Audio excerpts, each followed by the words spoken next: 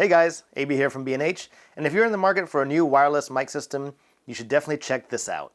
Comica's new BoomX-D 2.4 GHz compact wireless mic system, which comes with pretty much everything you would need to start recording right away. Today, I'm using Comica's D2 kit, which could be the best bang for your buck purchase in the current wireless market.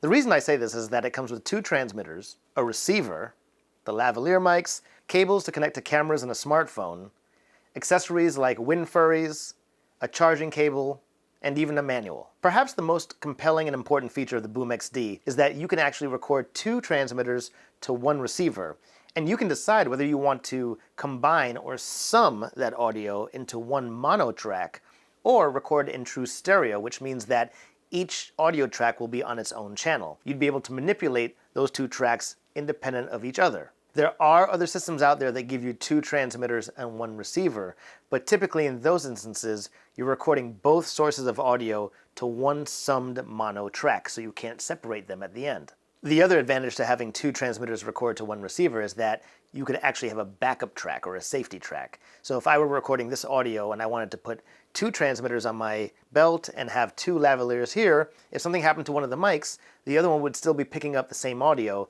and I could just manipulate that in post, and nobody listening would even know the difference. Not surprisingly, I'm using the BoomX-D to record this audio. It's going into a Sony a7R4, and I'm sitting in an untreated apartment. So this is a recording environment that's fairly representative of what you would find in another content creator's home setup. All right, let's dive in a bit deeper and take a closer look at the BoomX-D system. As I mentioned, I have the D2 kit. Here's the box that all the components came in, well packaged. You have the transmitters and receiver on top. And there are 2 additional small boxes inside that hold the lavalier mics, the cables, and other accessories. The one thing you don't get is a soft carrying pouch. I really wish it came with that.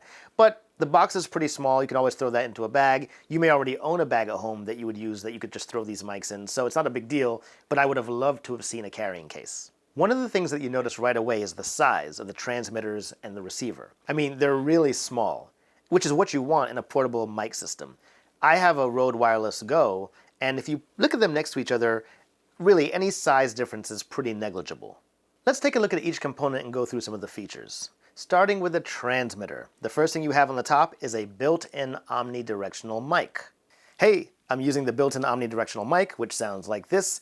If you were recording on the run, or you just don't feel like wiring up the lav, or maybe you even prefer the sound of the built-in mic over the lav, whatever the reason, you could certainly use this mic and be fine.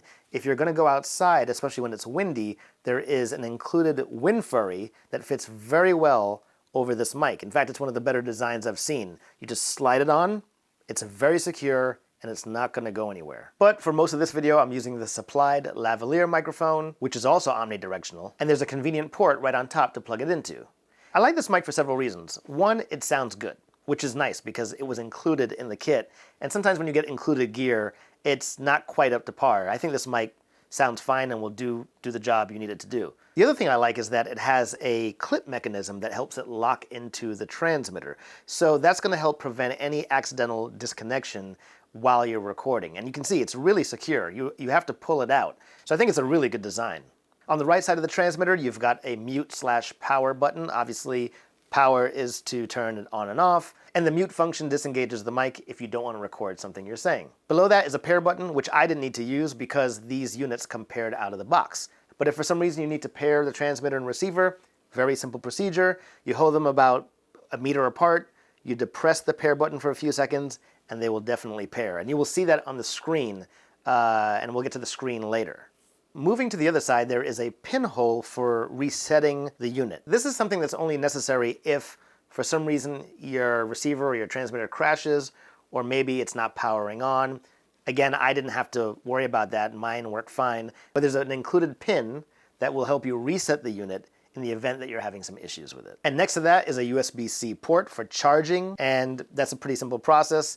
Battery life is about 5 hours of continuous use, and that's going to be pretty good for most regular shoots. Underneath the unit is the belt clip, which is very similar to the one that you find on the Rode Wireless Go. Simply clip it to your belt or to your waistline, maybe to a shirt collar, to a bag strap, or wherever you feel is the best place to put it. Another great feature that you find on both the transmitter and the receiver is the display screen, which gives you instant access to all the information you would need while recording. Specifically on the transmitter, there are icons for signal strength, microphone mute on and off, pairing status, battery life, and a meter that shows the level of your voice as you speak into the mic. Also, depending on how many transmitters you're using, the screen will either indicate A, meaning that's the first transmitter you paired to the receiver, or B, if you paired that transmitter second.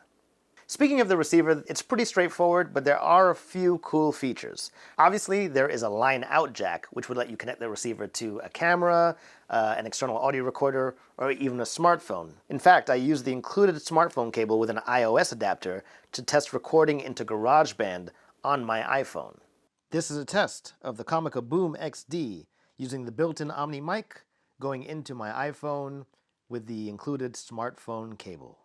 What's interesting is that Comica provides two different cables for connecting to cameras. One is for Canon and Nikon cameras, and then there's a different one for Sony, Panasonic, and Fuji cameras. Here's why they did this.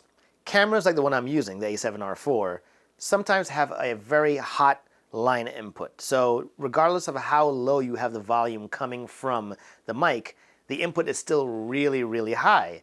And in some cases, that leads to distorting because you're clipping the signal. The cable that they provided for these cameras is basically sort of an attenuating cable. It reduces the level that's coming from the wireless mic system into the camera, so you can prevent that dreaded clipping, which is going to make your audio sound terrible. Next to the line-out jack is a headphone jack, and that's kind of a cool feature. You can plug a pair of headphones in and actually listen to the audio to see if anything's going on with it before you even record it to your camera or to your separate recorder. There is no way to control the volume with the headphone jack, so don't look for that because it doesn't exist. But I will tell you that it's actually at a pretty good volume. I would say anywhere from about medium loud to loud. You wouldn't want it any louder than it is, and it's certainly not too quiet. So moving to the right side of the receiver, you're going to see a reset button, which is identical to the one on the transmitter. There's a power/mono stereo button, which turns the unit on and off and lets you choose between recording in mono and recording in stereo. And underneath that you have two buttons marked A and B respectively. Those control the mic gain of the transmitters that are paired to the receiver.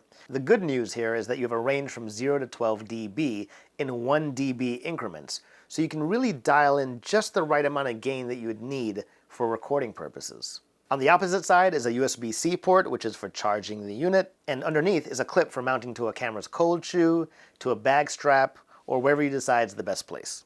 So what about usability in terms of range and environment? Well, it is a 2.4 gigahertz system, which, as we've discussed in past videos, is a good thing because that tends to give you a longer or a farther operating range, and it has the ability to sometimes go through objects like walls.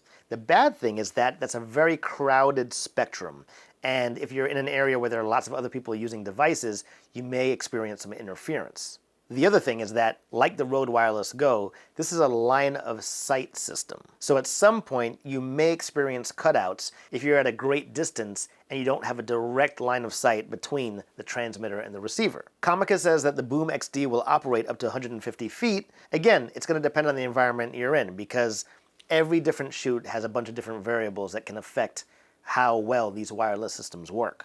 I didn't have a whole lot of time to do a thorough test outside. However, I decided to clip one onto my son while he was scootering to see how far he could go until the audio started cutting out. For the wireless outdoor test, we used the Footpath app to measure distance, and I clipped the Comica transmitter onto my son's shirt.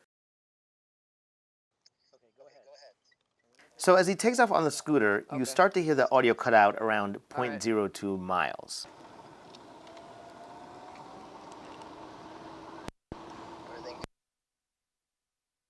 But when he stops and faces me at 0.07 miles, I can clearly hear him. Hello? And he gets all the way up to about 0.13 miles, and when he turns around to talk to me, I hear him perfectly clearly. Hello? Oh, I can actually, okay, cool. What's the distance say on the thing? Total is 0.13 miles. 0.13 miles. Okay. Cool. All right, come back. All right.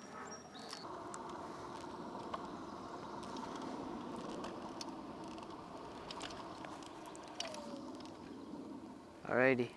Next, I did a check indoors. I sent my son upstairs to a bedroom with a closed door, and I went downstairs to the basement, all the way in the back to a utility room. So we had several doors, definitely a lot of walls, and at least one big floor separating us, and we had no issues with the Comica whatsoever. Testing the microphone from upstairs while my dad is in the basement. Before we wrap up, I should let you know that there are several other kits in the BoomX-D line, including some that feature plug-on transmitters for iOS and Android devices. There are also some cool interfaces like the LinkFlex 82 and 83 audio preamp adapters for smartphones, the tabletop LinkFlex 81 interface/preamp audio adapter, as well as interface audio output cables for your Lightning and Android devices. Well, that's the video. For more information on the BoomX-D and other Comica devices, please check out bhphoto.com. Thanks so much for watching, and don't forget to subscribe. This is AB, and I'll see you next time.